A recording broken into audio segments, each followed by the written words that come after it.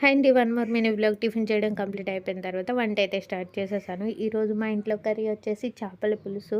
మళ్ళీ దేవి నవరాత్రులు స్టార్ట్ అవుతే నాన్ వెజ్ తినము, అందుకని చెప్పేసి ఈరోజు చేపల పులుసు అయితే చేసేస్తున్నాను. నాకు తెలిసి దేవి నవరాత్రుల్లో నాన్ వెజ్ తినని ప్రతి ఒక్కరూ కూడా ఈరోజు నాన్ వెజ్ వండుకుని అయితే తింటారు.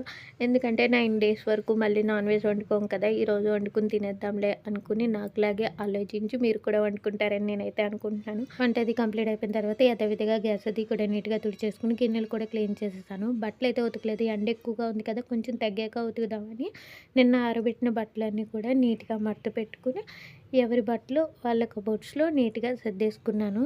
ఇంక లంచ్ టైం అయిపోయిందని చెప్పేసి మా వారు కూడా వచ్చేసారు. లంచ్ అయితే వడ్డిచ్చేస్తున్నాను. మీరు మీ లంచ్లోకి ఏమేమి స్పెషల్స్ చేసుకున్నారో కామెంట్ చేయండి.